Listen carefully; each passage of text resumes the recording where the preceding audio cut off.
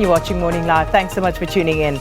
Now, following her meeting with African ambassadors yesterday, International Relations Minister Lindiwe Sisulu has described the attacks on foreign nationals as pure criminality. In Durban last week, hundreds of Malawian nationals were displaced after violence erupted.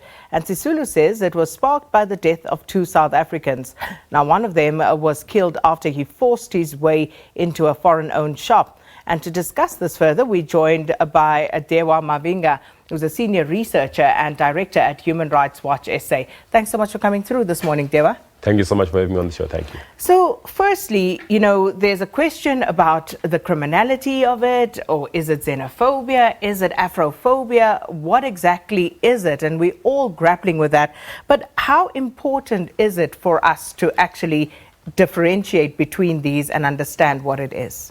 I think one of the challenges is that the authorities in South Africa seem to be stuck in saying that it is not xenophobia without defining what xenophobia is.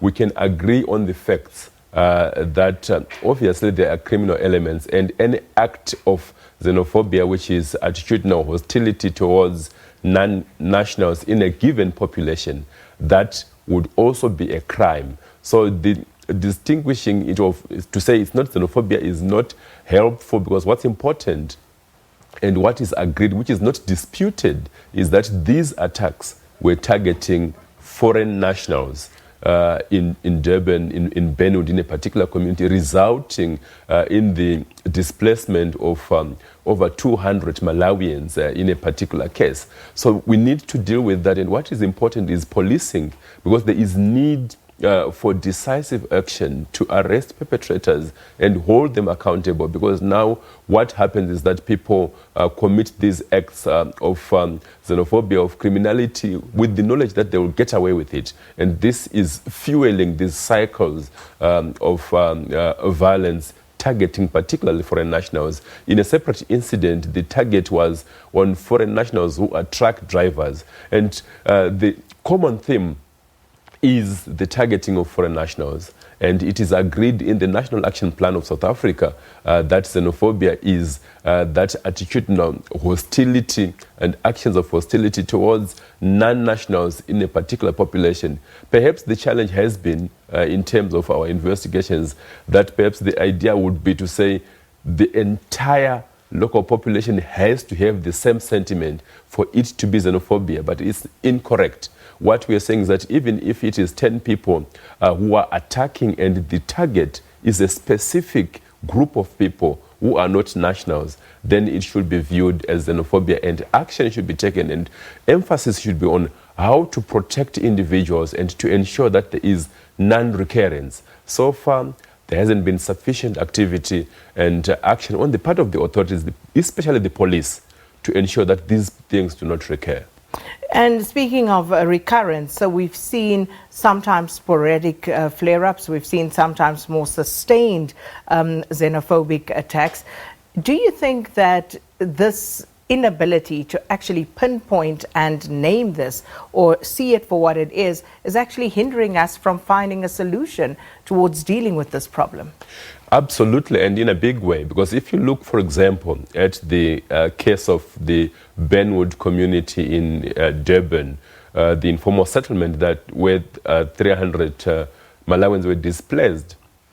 Now, to try and investigate and mediate and talk to members of the community, obviously there is an element of fear, because these are people who live together in these communities. They know the perpetrators and instigators, but cannot come forward because there is not sufficient security guarantees, and the police have not made any arrests with regards to these attacks and the lootings of properties and shops that belong to these foreign nationals. So that prevents a sustainable solution, because we are looking at reintegration and focusing on coming together without addressing the root causes of criminality. And the police have not, even in the past, made thorough investigations, arrests, resulting in convictions, because there is also a fear. And we have heard the police say that, look, for us to take action means that we could inflame the situation. And therefore, there is this perpetuation because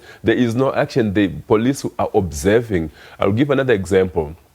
On the 25th of March in Durban, a Zimbabwean national, a truck driver, was attacked, cut open his stomach, and the police were not able to intervene in that instance, and they were present because they were saying, we are monitoring the situation of a protest of local truck drivers. And so there are no arrests, there are no investigations, and this then perpetuates these cycles of attacks. Whatever they are called, they continue to happen, and there is no accountability or justice.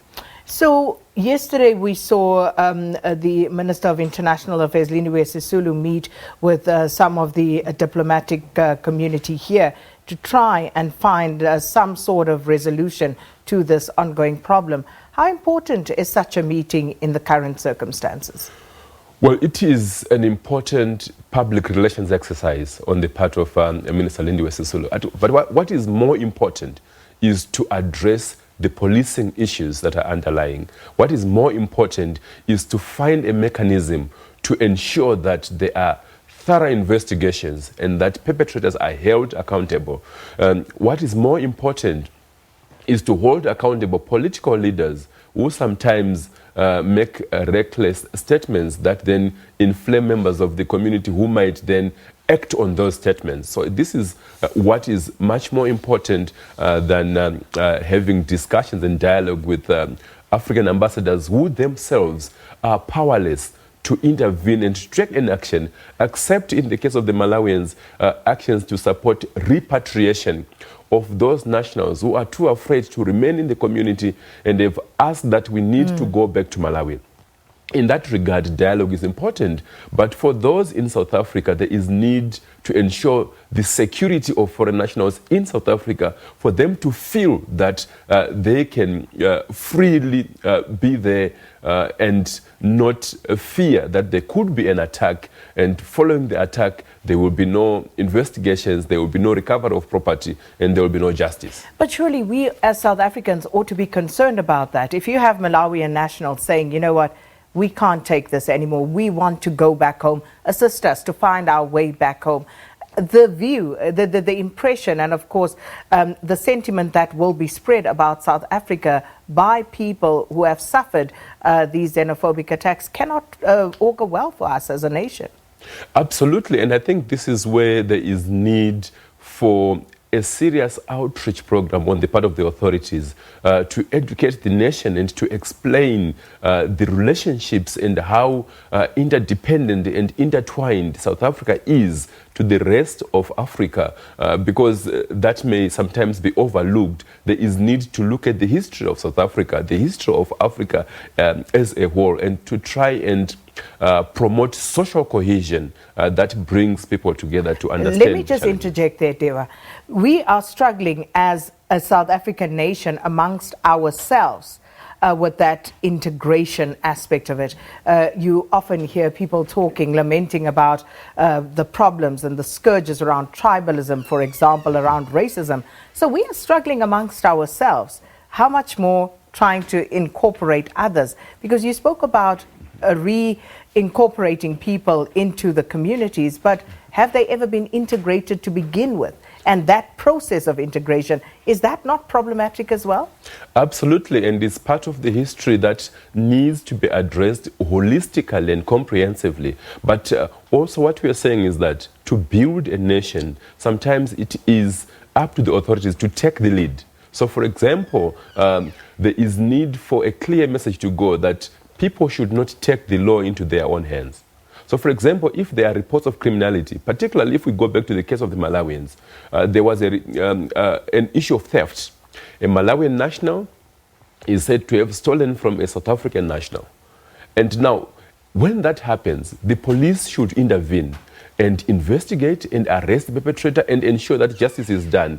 But when people take the law into their own hands, that can then spiral out of control, leading to these widespread attacks. And the police can play a crucial role in ensuring that this kind of reintegration and social cohesion takes place within the framework of security and protection. Because without that, it will be very difficult, and we must acknowledge the existing challenges of internal reintegration. But what we're saying is that the institutions should support and ensure that this happens within a framework of security and rule of law, where no one takes the law into their own hands. Even when they see something wrong, they need to report to the appropriate authorities to take action.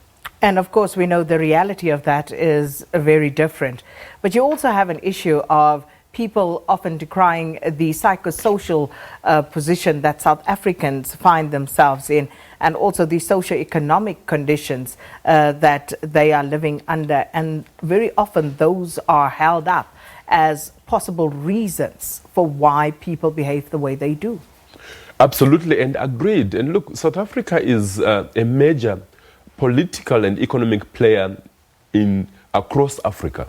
And what is important is also for South Africa to use its political muscle to ensure that it pushes for the democratization and stabilization of its neighbors and other countries, to ensure that really there is not that pressure of people flowing to South Africa, because that's a reality, that you have migrants flowing to South Africa because it has got the economic clout.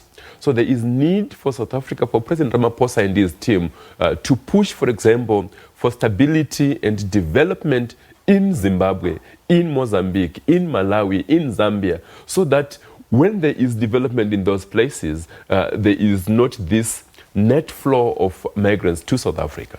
Just a final one, Dewa. Speaking of President Cyril Ramaphosa, and he, of course, was captured, and I saw this particular video doing the rounds on social media yesterday, where he said, everybody just arrives in our townships and rural areas and set up businesses without licenses and permits. So a statement like that, how would you dissect it? Does that add fuel to the fire? Is the president electioneering? Or is there merit to what the president is saying, and could that help towards finding solutions? Well, I think what is important is that we acknowledge this is an electioneering season as we approach the May 8 elections. But what is important is not only to dissect a statement in terms of what it actually means and the factual value, but how it is received in the communities where already there is tension and frustrations in terms of the realities of how people are living, especially in the townships. If you look at these attacks on foreign nationals, primarily these are happening in informal settlements, Benwood informal settlement, where people are struggling, and when they receive these kinds of political messages, how they interpret them is very important. And this is where we urge the leadership, including President Ramaphosa, to consider the impact and how some of these political messages will be received on the ground. Because sometimes, even when it is not intended, it triggers a wave of attacks. So, for example, if you go to the Malawi case, it was a case of two individuals trying to resolve a criminal case. You have stolen something from me, you must give back to me, you must pay this and that. And when that does not happen, it then spirals out of control. So when you then focus on saying, well, but this one had stolen from this one, that is the issue. But at the end of the day, there are tensions, there is a volatile environment that has been sparked or triggered by just one thing. Dewa, thanks so much for stopping by this morning. Dewa Mavhinga is a senior researcher at Human Rights Watch South Africa, and talking to us there about the recent attacks on foreign nationals. And our question of the day, of course, also relates to this. So please go there onto our Twitter and Facebook pages and give us your views on this. At Morning Live SABC is where you can find us. Let's take a break and we'll have news for you on the other side of that.